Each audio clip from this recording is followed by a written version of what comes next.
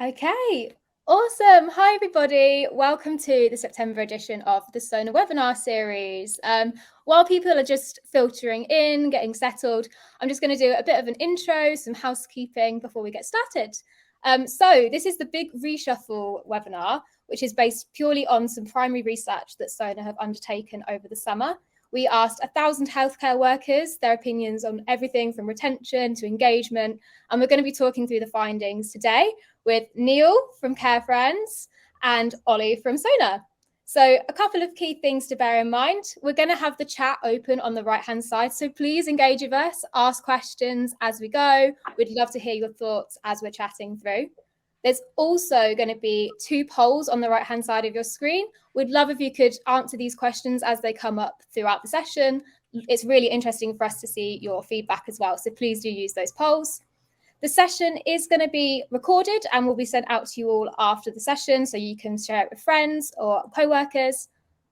You'll also all get exclusive access to the first part of the Big Reshuffle report, which will be sent out early next week, so keep an eye on your inboxes for that.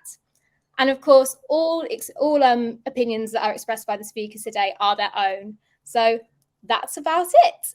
In that case, I will hand over to Ollie to introduce himself.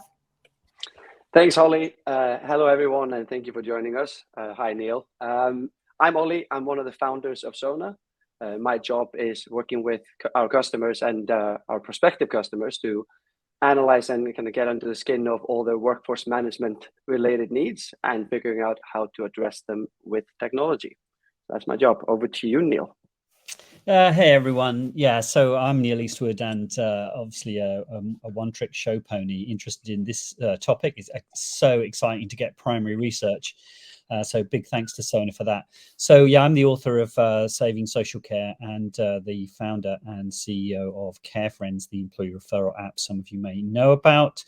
And I am dialing in today from Glasgow from the Global Aging Network Conference. So there's tons going on at the moment. So very pleased to be here and can't wait to chat through some of these results. Super. All right, let's get to it. Neil, when did you get your start in social care actually? And kind of what was the reason for you to entering the sector? Well, I mean, it's very interesting, isn't it, to find out what people's origin stories are here. Some of you may know I'm a vicar's son, so I think my first paid role in social care was in 1978, sort of as a kid, helping older people walk their dogs and get their shopping and so on. So I guess that's the entry point for me, was being brought up in this world where this was life. And I know that's unusual, but yeah, that's been my background, and then came properly into sort of paid social care in the late 2000s, so 2008-9 time, when I became a director at a company some of you may know, may have worked at Allied Healthcare, which was the largest dom care provider in the country. Very interesting. And so I think, like, you mentioned that you've been in the space for a while, and you entered it, I guess, both from a personal passion, but also inspired by someone already in the sector. Do you think that's common? Like, why do people join social care in general, and do you think that has changed over the years? Yeah, it's super interesting. I think really you can split it into people who are pulled into the sector, and then some who are pushed. And the pull factors, of course, are the ones we probably really want. We want everyone who has the right values, but the pull factors are mainly around having this kind of intrinsic calling for care, or hearing about it through someone recommending you. We'll probably unpick some of this, and or stumbling onto it and thinking, could I do that job? And then there are push factors where people are made redundant. There's a lot happening, retail being a great example. Displacement of workforce. People need local work, they need a job. What can I do that doesn't require qualifications to join? So there's kind of those groups. And then, of course, what's happening right now, and has happened over the last year, there's international migration as well. And I think that those are often economic drivers for people, why they choose to join. Yeah, I think that's very, very true. And I think, like, you touched on both the things that I think have remained the same for a very long time: the kind of the vocational bit where people have an intrinsic calling to go and work in the care sector. And I think that's probably like in terms of like value-based like work, like there's probably no stronger sector than the care sector. But then there are also other things that you mentioned that are maybe like stronger now than they have been in the past, like the kind of, you said, the displacement of a workforce and stuff like that. Maybe we can dive into the data and see kind of what we learned from why people are joining the sector. And so, yeah, indeed, you're quite right. Personal passion tops the list at 25%. And so that's, I don't think, surprising to anyone, and certainly not to the people in the space or in the sector. Followed by being inspired by someone already in the sector. And so I think and oftentimes I think those two go hand in hand. So they kind of at a younger age maybe have kind of been inspired by someone, and then that has driven or created this personal passion of getting into social care. But there are some other things at play as well. Flexibility to choose when to work, financial benefit, location, things like that. What do you think about those numbers? Yeah, I mean, I'm not at all surprised, and I think it's really exciting that and there are so many people out there that don't have this personal passion, but can't articulate it or don't know that this is the job for them, and that's the really exciting thing. I think for all of us on the call, if we are employers, then social care is a very, very local thing. So for those of you that have larger groups will know that if you talk to your staff in a particular care home or home care setting, they really just focus on that setting as their place of work, and it's really local work right across the country, and so there must be many more people who have this passion, and it's not that they're doing the wrong job or they're not doing something they should do. So a lot about what we need to do in social care is find those people, and that brings us to the second point there about being inspired by someone already in the sector. And I did some research with Department of Health and Social Care in 2018, and we saw exactly the same thing, is that they're by far more likely to join the sector if you know someone already. And back then I remember that in the polls that were done, 1 in 5 people, if you stopped them in the street, said, oh yeah, I'd consider it, but only 1 in 25 of those 1 in 5 would then go on to apply. And we know that classically, if there's no connection with the sector or there isn't a particular job attachment, then you're talking 80 to 1 getting through that process, to tiny numbers. So I think this is so valuable, understanding what are the drivers here for why people join, and I think those first two are really, really key. That's so interesting. And so how can, I guess, care organizations then actively try to recruit those people that are interested, and kind of like based on these numbers and how they break down? Well, I think it's often you might feel as an employer, what have you got? What control have you got here? And as I said, it's a really local thing. So, I mean, obviously, because of the work I've done with employee referral over the years and, culminating in Care Friends, we know there's an extra 20 to 30% of starters just sitting out there, tantalizingly within reach. So always trying to find and mine those connections, whether they are through your own workforce, whether they're people who've left you that might come back, or people who you can find in the community. My favourites being, those with family care experience or some kind of, demonstrating they're the giving kind of person in another way. That's the first place to go. But obviously, nowadays we have to be, maybe considering international recruitment. We need to be, diversifying our sources to try and find people wherever we can. Yeah, exactly. And I think that's the sourcing bit, isn't it? And then there's, I think, a huge amount of work that can be done across the kind of like understanding the value-based value that people in social care kind of derive from working in the sector. And really kind of amplifying that in the messaging when you go out and recruit, whether it be like internationally or domestically, and regardless of what the channels you are using for your recruitment. I think it's really important to be very clear about what people in social care are bringing to the table, and I think that's probably the strongest pull into the sector more than anything else. That, and obviously knowing someone that is doing that work already. So they don't need to be inspired by the organizations themselves, but they're already inspired by someone in the sector. So I noted in the research that 16% of people that have recently joined the sector report that they don't feel appreciated, like early doors. Like, why do you think that is? And do you have any ideas about like how to address that? Yeah, and do you know, I think it's probably those are people who are vocalizing it, but if you look at the dropout rates for in the first 90 days of employment, and you know, it's really high. That's where we lose people.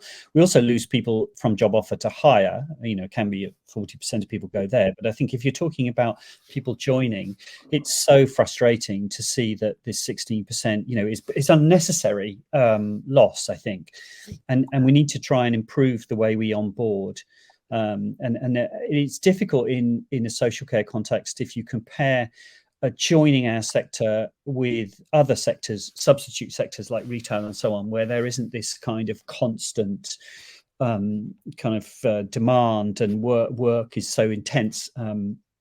It's difficult to carve out the time to make people feel special, and I think there's a big opportunity for most people on the call to improve the onboarding experience, and particularly the welcome. And I think a lot of these people, if we've recruited well, are people who are very relationship centric, and and we need to be careful not to automate everything, because they want a human connection. That's why they're going to be good at the job.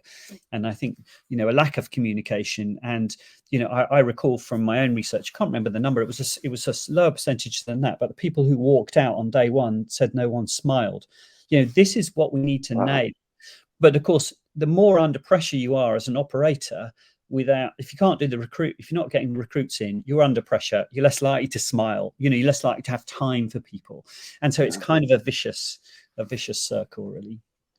Yeah, that's so interesting. You mentioned that people in the sector are relationship based, and I feel like I'm the same. And many years ago, before kind of embarking on an entrepreneurial journey, I started working at this company, and literally, like, I don't know, 3 hours into the job, I thought to myself, you know, like, I probably made a mistake here. And 3 days into it, I was very, very convinced that I made a mistake. Now, I haven't thought very hard on that company since, but I'm not even sure that like that company was a bad fit for me. It was just that, like, that experience within the first, you know, even 3 hours of joining was kind of lackluster and just like disorganized, and I didn't really feel kind of being super welcomed into that team. And so as a result, you know, especially the more relationship driven you are as a person, and I think like the social care sector is probably like a higher index there than a lot of other sectors.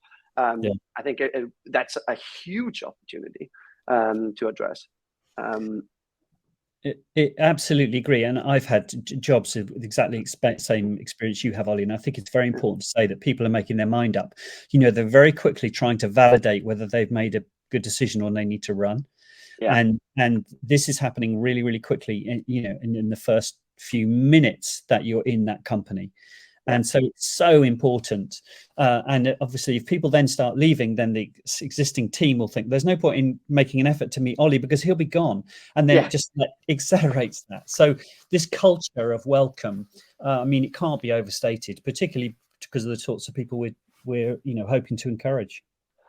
So I think we are aligning here on that the onboarding experience is very important. And like important, I guess you mentioned both from offer to kind of, or hire to starting a job, there's drop off there, but then certainly after someone has started, they kind of churn within a short space of time. And so the onboarding process here is hugely important. What's the current onboarding experience in the sector, and what would be the ideal situation in your mind? Yeah, I mean, I think onboarding, obviously the big problem, one of the big problems is time. And we have to do police checks depending on where you're dialing in from. There'll be some kind of extra check needed wherever you're calling in from in the world. DBS in England, of course, and that is an unfair. You think, oh, we've got to do that, and as well as taking the references out, we have to be a bit more fastidious, and that means people now, particularly as a cost of living crisis, people are. If it is a low paid job, then you're under financial stress just swapping jobs. And I think this is so time is our biggest problem, and we need to try and get around that as much as we can by being as efficient with our systems as possible, whilst being kind of keeping the welcome going. And when people join, then the best practices, what I would hope to see, which we don't see that often, is peer mentoring or buddying being one of the key things. A welcome. I mean, I think it's often the little things that show. Or show the culture, and that might be something like sending a welcome card, which is super popular thing to do. Send a welcome card when someone accepts your job, goes to their home, the family see it, everyone feels warm and fuzzy, and little things like that. Even as I've said almost jokingly, but I've seen it worked well, and now everyone's getting excited, is just asking people what their favorite chocolate bar is during the recruitment process, and then you give them that chocolate bar, and it just shows like we're thinking about you. And that's we don't need to throw loads of money at this. We just need to show that we're thinking. And now people are putting on their chocolate bars. Can I just say, no one put on Bounty, because I totally disagree. Should not appear on the chat. My mom mentioned to me when I was a kid, she said to me, at some point when I wanted a Bounty, she's like, oh, you don't like Bounty. And so honestly, until my late teens, I never tasted Bounty. Then I tasted it, and I'm like, Mom, I actually really like Bounty. So each to their own, I guess. This is so bad. I mean, there's also some people are disappointing me on the chat right now. I can't believe.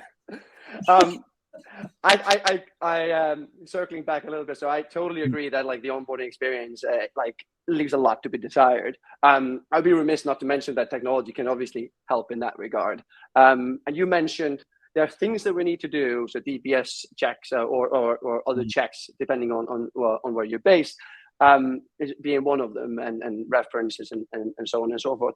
But I think there's also just a huge opportunity to tailor this kind of onboarding experience to the individual, both to the specific location that someone is going to be working in, or and allow managers to kind of put their own spin on that experience, also specific roles and stuff like that. And I love the idea of asking someone about their chocolate bar and things like that. You can do things like that early on in the recruitment or in the onboarding process, because people anyway have to go and deliver a bunch of details to you. They have to give you their national insurance number, they have to provide you with a proof of ID and things of that nature. And so what's one more question about your favorite chocolate bar or favorite TV show, or what are your hobbies, or do you have people in your life that you care for or provide care for? Things like that can really elevate your understanding of a person, and therefore you as a manager will be more equipped to kind of take them on board more effectively. We've also seen. Oh, sorry. Go on. No, go ahead, Ollie. Go ahead. I was just going to say we've also seen things early on after people join. Either like early on training materials being very effective, so like to get them up to speed, depending on what their qualification is upon joining. There will always be some element of onboarding knowledge that has to be passed on, but even like some more formal training that needs to be delivered, and those things I think like suit very well into a personalized onboarding process. And the final thing that we've seen as well is having regular check-ins for people during the onboarding process, allowing them to voice a concern early on, so that you can address that proactively rather than reactively. And we'll touch more on that a bit later. But I think those things are the things in the onboarding process that really elevated and could significantly both reduce the number of people that don't make it into the job in the first place, but also reduce the number of people that leave within the first 3 to 6 months, call it. So. Oh, completely. I think there's a big opportunity for technology to take away some of the sort of dropped balls and the admin slip ups and the boring stuff, and then leave time for the sort of high touch human connection piece. And we were talking yesterday at the conference about micro credentialing, and you know how you can kind of earn digital badges, and you know feeling that you're making progress even before you've joined. And I think there's loads happening where technology can take on some of this, you know, compressed time a bit. And actually, I spotted. Thank you, Phil, for mentioning in the chat that that DBS adult, you know, you can get someone in and shadow them, so get them into the organization. And Phil makes a really good point about that. Yeah, love that idea. That's a great idea, Phil.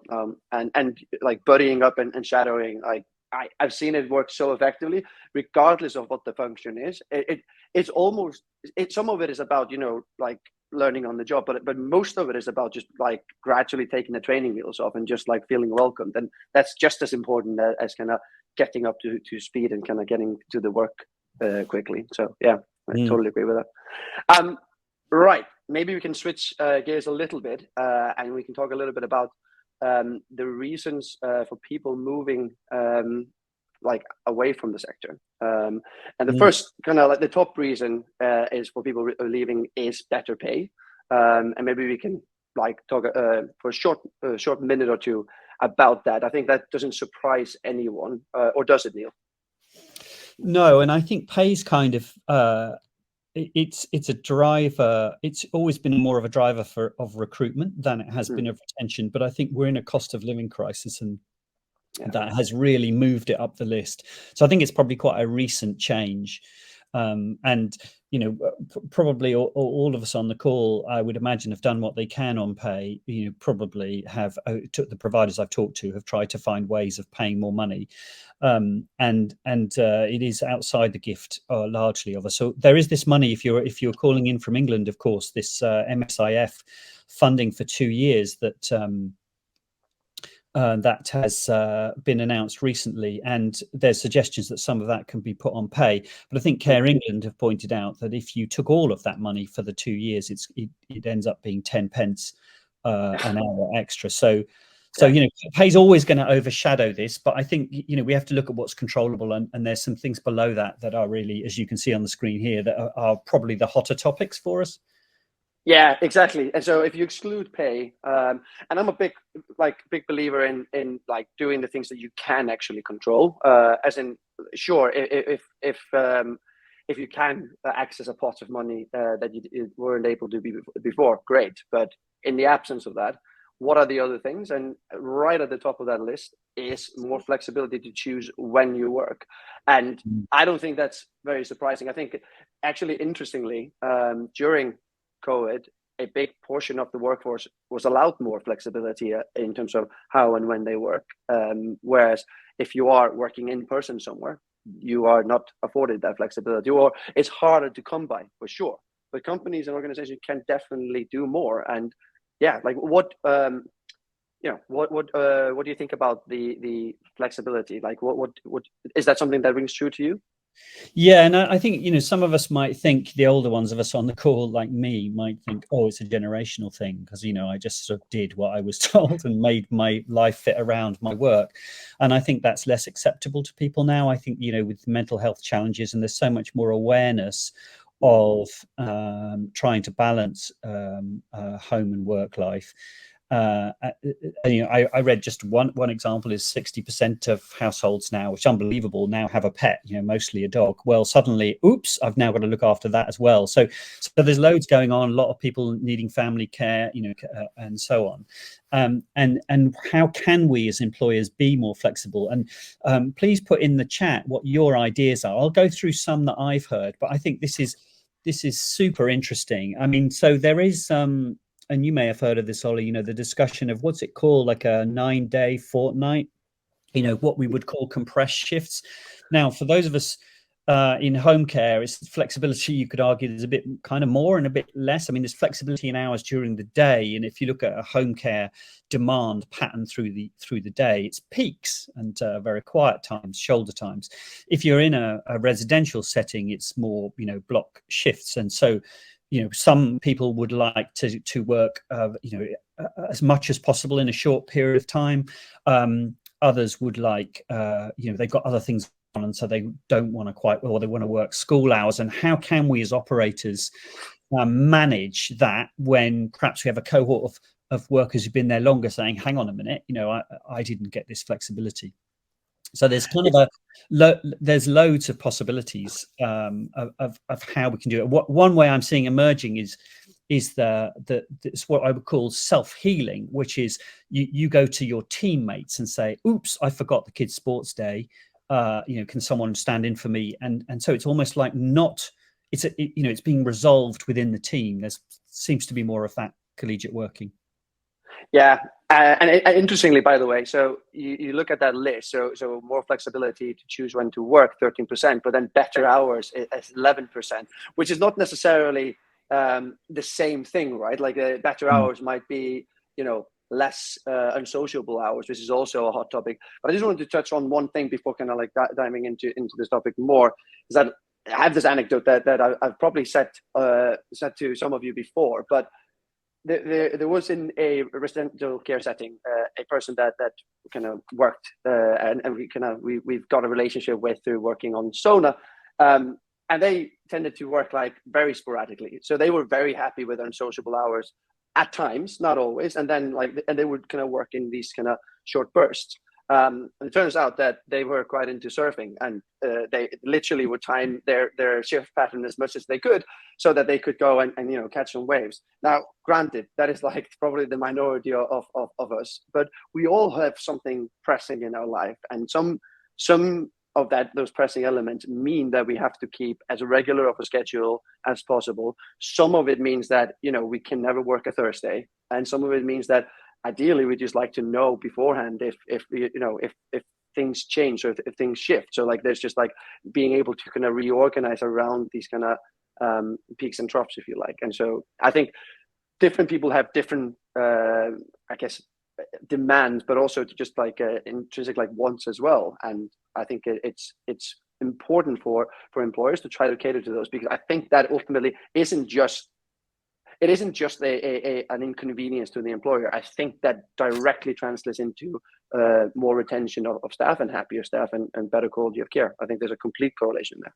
Absolutely. And I think, you know, all of us would want to know in advance or far in advance what our work obligations were, so we could plan other things in our lives, plan things. But I think if you look at the, you know, care worker, the workforce generally, you know, we are at risk, or the workforce is at risk of, you know, sort of problems with transport arrangements or childcare or financial challenges or health challenges. You know, we all have these potential things that can come and sideswipe us. And you know, also responsibilities for caring for a loved one. We know from New Zealand, someone just popped up that they worked in New Zealand. We know 52% of care workers in New Zealand also care for a loved one. I'm sure it's similar here. I don't think the research has been done. So, you know, you have obligations and you're juggling all the time. And I think often employers don't see the whole person and all of their challenges. So this is an area we can massively improve on, because we know if we've got the right people who absolutely love the job, we have to work hard to try and find a way of accommodating, you know, them and the challenges that everyone faces from time to time. I've been on the record saying that, like, given the high churn number, this is not just across the social care sector, but like just in general, churn numbers I think are on the rise. And that's probably just coupled with, you know, more job opportunities and stuff like that. So I think there's just like they have increased, certainly compared to a generation before, but they are on the rise more recently as well. And I've been on the record saying that even just like if you're not going to employ technology to fix that problem, you would probably do well just to have a specific person within the organization whose specific role would just be, you know, director of flexibility or director of you know, shift announcements or something like that. Because it's incredible to me that we often see businesses that you know, are not super forthcoming, or like don't have a huge amount of information available to people about their shift. They may not do their shift kind of patterns very far in advance, and when they do, it's hard to come by. You have to come into the home or something to actually get that shift pattern and to understand it. You can't just log in and see something online. You might have to call up, and that also creates a bit of strain. And so I've been of the opinion that if you could literally just have someone whose sole job it is to announce to people when they are working, and to kind of mitigate those times when, you know, someone has a school recital and has to go there, and so therefore can't make that particular shift, and do that well in advance, and so that you can then, you know, distribute those shifts more effectively. That's a very good investment. Thankfully, technology can obviously also help in that regard, and so without trying to, like, I won't toot our own horn very much on this call, but like Sona certainly can help in this regard, in that we show all of the shifts available to an individual, and available meaning they're qualified and able, and also not busy at that specific time. So they can proactively jump on those shifts if they want to, but they can also see when they're working well in advance and things of that nature. And we're trying to be like smarter and smarter about how we nudge people about available shifts. If you typically work Wednesdays, we might nudge you about an open Wednesday shift that's coming up and stuff like that. So I think that does two things, which is one, just like it lessens the administrative burden on managers to not being like, which is the biggest, I think, objection to having to do the kind of organization of rosters and things like that, is that it takes time, and this is true, right? It lessens that time commitment, but also it gives kind of the control to the employee when to work. And by doing that, counterintuitively, they end up actually, you know, they work on their own merit and they work on their own time when they can do it. But on the whole, they end up like working more because they have more flexibility and kind of choosing when they want to work. So I'm a big believer in kind of giving more flexibility and using technology to do so. But even if you don't use technology, I think there's a sound investment in just putting someone in charge of doing that in your organization. So. No, it's an area that we've always struggled with in social care, and I think it's a big area of opportunity, and this is being driven by, you know, the worker effectively realizing their value and the demand for them in the workplace, and we have to you know, move quickly to adapt to the new world order. Yeah, we'll come more to it later as well. But it isn't always about, you know, like working less. It's often like people leave the sector also because they don't get enough hours. So there's a bit of a balancing act here as well. And so we'll talk about that in a little while as well. Shifting gears a little bit, I want to talk about kind of one other kind of side of employee retention. So checking in with people, checking in with employees. How have you seen this done? We can talk about like the poll results in a minute, but how have you seen this done in the sector, Neil? Well, I think this again is a dichotomy here between community-based staff and then those who are in a residential facility, where it's, you know, kind of in theory easier to get hold of people to have a kind of morning huddle and so on. And the world I lived in was the community-based one, where it's incredibly hard, where you have lone workers, where they don't feel connected, and trying to not simply be pushing information at them, but to give them a back channel, you know, and a way of giving their views, to check in, how are they doing. And I think COVID has really pushed us forward in terms of communication, which has been, you know, if there is any benefit out of it, I think that's one of them, is that I sense now that people are much better connected, but probably we're still hanging on to some traditional ways of communicating that aren't the best. So yeah, I think all of that is true, and maybe we can bring up some results. Yeah, there we go. From our survey. So not unsurprisingly, in terms of like employees giving feedback, there's a kind of 3 peaks, I guess, which is company email is one, and I think that's probably universal, whether you're in a domestic or in a residential setting. I think that probably like often comes through there. Regular or scheduled check-ins is another, and then informal and unscheduled check-ins is the third. And I think like certainly the check-ins as they're traditionally thought of are easy to do in a residential setting, aren't they? And less like they're harder to do outside of outside of the residential setting, but so important. But then also just like how frequently they are done is another matter. I'm of the opinion that they're probably not done frequently enough. What do you think? Yeah, I mean, I think individuals, some individuals I remember from my time in home care just want to get on with the job and not, they're just almost self-sufficient. So, for example, if we would organise, a kind of pub meal or something for people to get together, they never came. They were happy. They just didn't want to engage, and I respect that. But what worked really well, I saw in the US home care market, was what they call Friday phone calls, where you would call, the manager would call without an agenda, without something they had to tell the individual, and just check in and say, particularly when they're not busy but still working, how's it going? Is there anything more we can do? And surveys are really popular as well. I'm see them growing in popularity to be polling staff. The important thing there, of course, is to act on the results you get.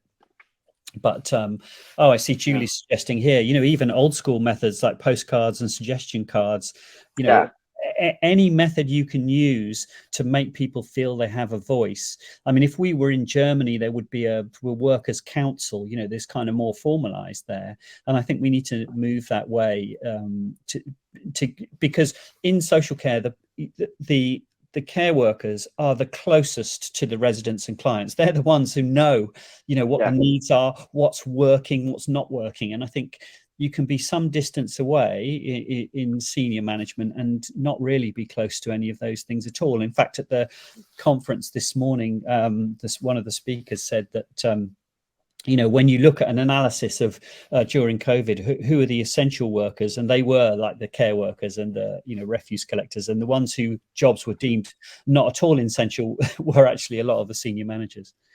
I love that. That's perfect. So, but when you look at who's paid what, it's crazy.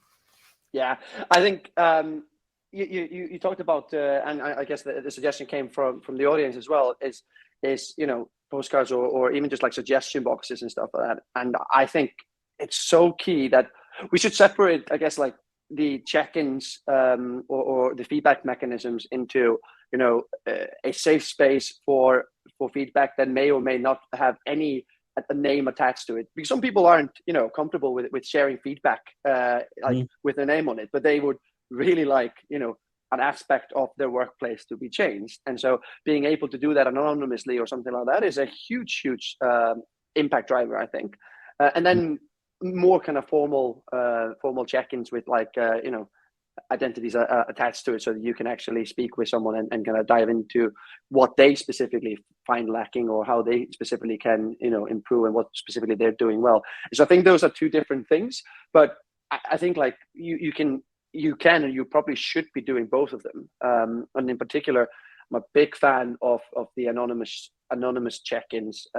Just like something like as simple as kind of like checking in with people after a shift, or asking people to kind of put into a suggestion box after each week or after each shift or something like that, how they're feeling or what's going well or what's not going well and stuff like that. The reason being is that you can really easily get a temperature check of not just like an individual, but actually whether there are common themes in that home or in that space, and address those things proactively before they spin out of control. And we've seen that technology can obviously help in that regard, but even as something as simple as a suggestion box, I think does the trick. We've been big fans of doing at the end of each shift. So when people are submitting timesheets, asking them, to rate their day on a 9 emoji scale, ranging from, angry, exhausted to happy and fulfilled. Something on the made up scale of those things. But it's very effective because you very quickly see, is John, disgruntled, and you should then specifically ask, you should then address the John situation, or is it more broad theme that, you know, everyone in that space are completely exhausted, and you should then think about doing something to address that. And so big fan of that. Big fan of Oh, that. it's huge, yeah. And I think, you know, just on this webinar, you know, the fact that people, you know, the attendees can comment, and there's so much information sharing, you know, that I think it's not just what we're sharing on the screen here, it's everyone sharing ideas with each other. And I think what's been one of my big pushes is that in social care, that like we all, like, the answers to most things are out there. It's just like no one talks to each other. We don't have a forum to share. And I think, you know, what this is illustrating in its own small way is like, these are really great ideas that everyone is reacting to, and that will benefit everyone. That's what we need to be doing lots more of. 100%. Well, actually, speaking of like one-on-ones, one interesting thing that I found in the study was that almost half of the leavers, 46% of them, weren't asked to stay. Is this surprising to you? Yeah, it's a fascinating stat, and that was one of the ones that stood out to me. And I know Totally from agree. my own research that where and this is from employers saying, if the boss intervenes, if someone does say they're leaving, and I know in social care not everyone says, they just disappear, but if someone says they're leaving, then if the boss intervenes and say, oh, this is terrible, what can we do about it, they can rescue it most of the time. And so I think it's massive. Now on that 46%, I was thinking, well, we know roughly 7% of people who leave social care, and most workplaces, will be involuntary. So you will be pleased they've gone one way or another, I guess. So we can take them out, but that still leaves this really big group. And I think probably managers might feel they don't know, like it's a surprise. They didn't get the opportunity to do anything. And I'd love to hear what people feel in the chat as a manager. Like, is it, you know, do you feel you had time? Did you have any notice? Are people just going? Because, you know, clearly, if you don't know before they've gone, you can't react. You can't ask them. But it's trying to find a way of, you know, maybe and I think there is a risk as well with managers, and I think I've done the same thing back in the days of Domcare, to think, oh goodness, okay, I'm going to write that person off. Fine, I'm going to have to do a recruitment job. But actually, you know, we need to think, hang on a minute, it might be something tiny that's finally triggered them, and we can fix that. It's just not writing people off and thinking, actually, if I'd like this person to stay in the organization, I can do something about it. And we know even if people have left, you can bring them back. Because they'll realize, you know, oh, it's not necessarily, if you love social care, it's difficult to find something that directly replaces it. Yeah, that's I mean, there's almost a unique thing about the sector, right? Like the fact that it is a vocation and is so value based is that people, even if they leave the sector altogether, they often find that it's not as fulfilling as being in the sector, and they are looking to return. And so even just kind of having a conversation with them as they're approaching the decision, or even after they made the decision, to see kind of whether something can be done about it, I think is hugely effective. And we've seen that to be true. This is exactly where I find having these proactive check-ins. People talk often about having quarterly reviews, and I think they're important, or even you know, annual reviews. But just giving the staff turnover in the sector, it is an annual review won't address. You won't necessarily understand, unless you're very lucky with the timing of that review, whether someone is disgruntled and looking to leave the sector. And so having more informal check-ins, either anonymously to kind of get a sense for the entire space, or just having it you know, directly related to that person and seeing what they're willing to share, either digitally or in person, can start a conversation and kind of address the issues before they spin out of control, especially given how hard people are working these days, and kind of like how demanding the sector can be. I think it's even more important in social care than it is in, for example, retail or something like that. It's just more important given how hard everyone is working. Yeah. All right. Some good news. I mean, it's been a relatively doom and gloom the talk. We tried to offer some, I guess, with every point of negative kind of outcome. I don't think the negative points have been a surprising, like maybe the magnitude of them, but like not necessarily the individual points themselves. We always try to offer some, ways to address them. But here's some good news, and maybe you can bring up the chart. But that is 77% of leavers are open to returning to the sector. So my question to you, Neil, is like, what do you think about that number, and what's the best way to bring them back? Yeah, so I mean, when people leave you, the employer, we've talked about this, I think, previously, Ollie. I split them into two groups: switchers or leavers. And switchers are people who stay in the sector and go to another provider. Maybe you realize the promise that they were given is not going to quite happen. And then there are those people who leave the sector for a whole range of reasons we all know. And I think what's exciting is that by asking people, they will, many of them will come back. And I think this comes down to, if we've recruited people with those right values, there simply isn't, not in the NHS, not anywhere else, is there a job that is the same as social care, with the relationships that you can have over time, and you can see the impact of the work you do over time. And people who work at temporary agency workers don't get this either, in that they don't get that relationship. And that's why, if you do have temporary staffing, you have temporary staff, then it's always worth asking them at the 12-week point whether they'd like to stay, because a lot of people realize this is actually what they need, some sort of commitment and relationship building. But we know that if you ask people to come back, the good leavers, we would see about a third of them come back within 6 months. And I think this is a huge opportunity for people.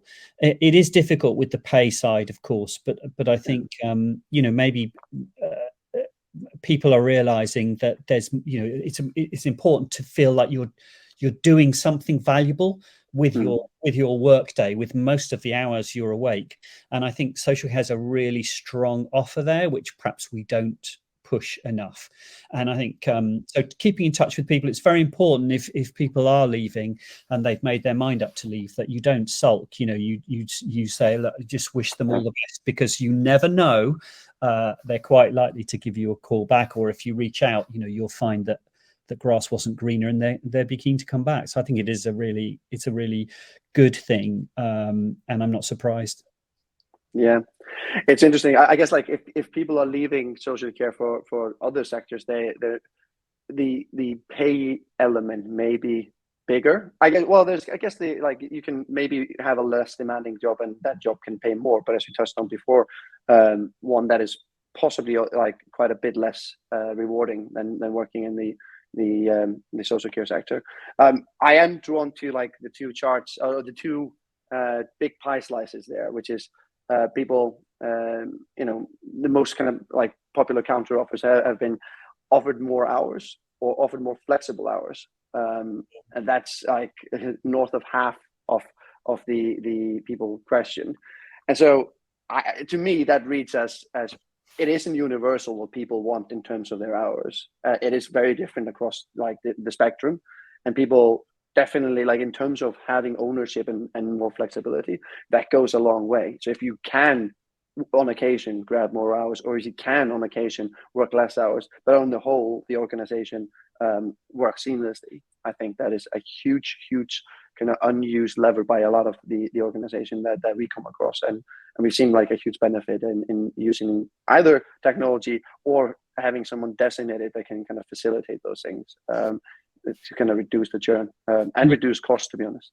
Yeah, and I think just very quickly, because I know we're running up against time, but I'm interested in the context, and I'm addressing people on the call now. Those of you that have gone down the international recruitment route, what I'm hearing is, because of the hours that you have to give under the contract of at least 37.5, but we know most of those migrant workers are working north of 40 hours a week, and that can gobble up the extra hours. So if you have a UK born workforce that was previously in situ, they might not be able to get those overtime hours that perhaps they were used to.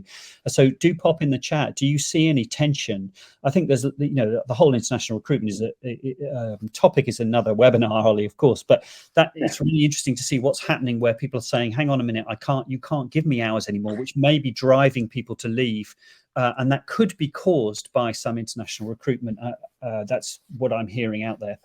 Yeah, I can definitely. Yeah, no, it's funny how that pendulum can swing quickly as well. So I think I've seen that like many times before as well. So I think this puts us pretty firmly up against time. Is that right, Holly?